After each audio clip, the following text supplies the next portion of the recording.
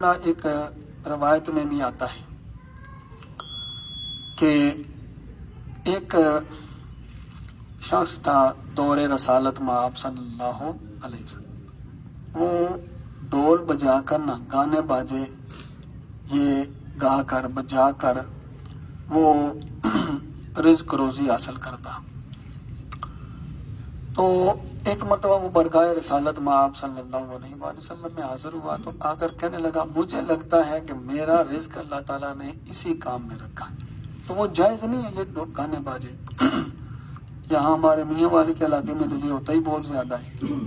یاد رکھیں، ان کا کمایا ہوا مال جائز ہے، یہ طریقہ جو ہے جائز نہیں۔ حدیث پاک میں آتا ہے الغناء ينبت النفاق فی القلب، یہ جو گانا ہے نا، گانا مذموم گانا جو ہوتا ہے، یہ گانا بندے کے دل میں منافقت پیدا کر دیتا ہے۔ اس سے کیا کرنا چاہیے؟ بچنا چاہیے۔ تو وہ عمر بن قرہ وہ آیا کہنے لگا، یا رسول اللہ صلی اللہ علیہ وسلم، مجھے لگتا ہے کہ میرا رزق اسی چیز کے اندر ہے۔ تو نبی کریم صلی اللہ علیہ وآلہ وسلم نے کیا ارشاد فرمایا؟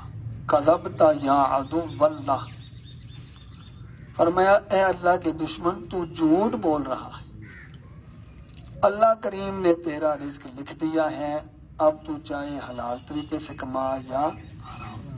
اس طرح ایک اور کتاب ہے رسالہ کوشیریہ، امام عبدالکریم حوازن کوشیری رحمہ اللہ نے لکھی۔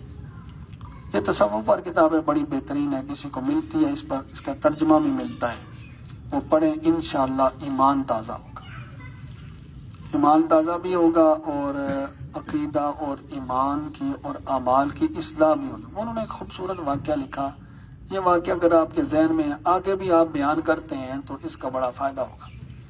مولا علی